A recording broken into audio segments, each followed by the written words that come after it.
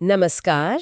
आज हम चल रहे हैं हिमाचल प्रदेश के एक बहुत ही अनोखे और पवित्र स्थान की ओर, ज्वालामुखी मंदिर। नमस्कार। जी हाँ, एक ऐसा मंदिर जहां अग्नि स्वयं देवी का रूप है। बिल्कुल। हमारे पास एक स्रोत है, ज्वालामुखी मंदिर शाश्वत अग्नि का धाम। इसी के आधार पर आज हम इस मंदिर की खासियत को समझने की कोशिश करेंगे, खासकर वो रहस्यमयी ज्वालाएं, उनका इतिहास, उनका महत्व, और सबसे दिलचस्प बात यह है कि वहाँ कोई मूर्ति नहीं है। सही कहा। सिर्फ प्राकृतिक ज्वालाओं की पूजा होती है। चलिए जानते हैं इसके बारे में और। हाँ, और इसकी कहानी बहुत गहरी है।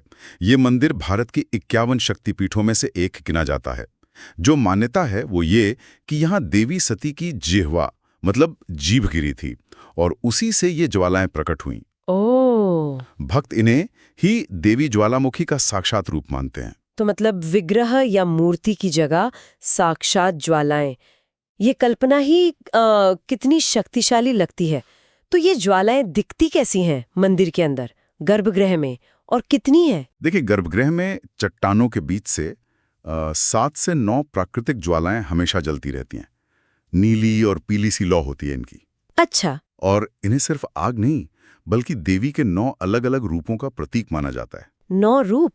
जैसे? हाँ, जैसे महाकाली, अन्नपूर्णा, चंडी, हिंगलाज, विंध्यवासिनी, फिर महालक्ष्मी, सरस्वती, अंबिका और अंजना देवी। तो भक्तों के लिए ये ज्वालाएं ही देवी का जीवंत स्वरूप हैं। हर ज्वाला देवी का एक अलग रूप। ये तो पूजा को और भी गहरा अर्थ देता होगा।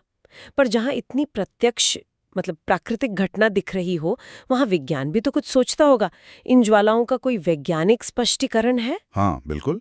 देखिए, वैज्ञानिक दृष्टिकोण ये कहता है कि ये ज्वालाएं धरती के नीचे से जो प्राकृतिक गैस रिसती है, शायद मीथेन है या कोई और हाइड्रोकार्बन, उसके जलने से पैदा होती हैं। अच्छा, तो ये प्राकृतिक गैस है। हाँ, पर दिलचस्प बात यही है और यहीं पर वो रहस्य वाली बात आ जाती है कि कई जियोलॉजिकल सर्वे हुए हैं, कोशिशें हुई हैं, पर आज तक इस गैस का कोई बड़ा भंडार या निश्चित स्रोत नहीं मिल पाया है। सच में? पता ही नहीं कि ये गैस आ कहाँ से रही है लगातार। जी हाँ, ये वैज्ञानिक अनिश्चितता ही है शायद जो आस्था को और बल देती है कि ये प्रकृति का चमत्कार है, देवी की शक्ति है। ये तो वाकई बहुत दिलचस्प है। जहाँ विज्ञान एक तरह से रुक जाता है, वहाँ आस्था और मजबूत हो जाती है। खैर, ये वैज्ञानिक पहली तो आज की बात है, पर इस जगह का महत्व तो बहुत पुराना लगता है। इतिहास क्या कहता है? सुना है महाभारत और पुराणों तक में इसका जिक्र है। जी हाँ, बिल्कुल। प्राचीन ग्रंथों में इसका उल्लेख मिलता है, जिससे पता चलता है कि ये स्थल कितना पुराना और महत्वपूर्ण रहा है।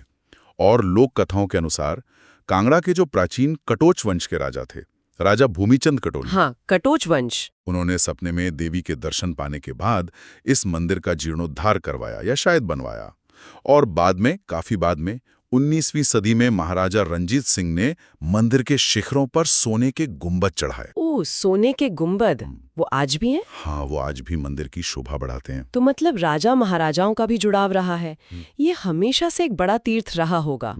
आजकल भक्त कैसे पूजा करते हैं यहाँ, क्या चढ़ाते हैं, और कोई खास मौके या त्योहार होते हैं? भक्त यहाँ पवित्र ज्वालाओं को घी, दूध और लाल चुनरी या वस्त्र अर्पित करते हैं। मंदिर परिसर में ही एक कुंड भी है।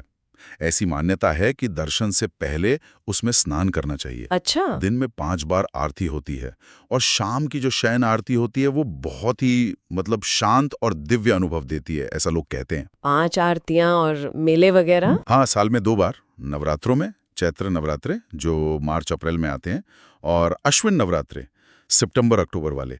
उन समय यहाँ बहुत बड़ा ज्वालामुखी मेला लगता है। देश भर से, दूर दूर से लाखों लोग आते हैं। समझ गया। नवरात्रों में तो माहौल बिल्कुल अलग ही होता होगा। अगर किसी को इस दिव्य स्थल पर जाना हो तो पहुंचना कितना मुश्किल या आसान है? और आसपास भी कुछ है देखने लायक? नहीं, पहुंचना काफी सुविधाजनक है।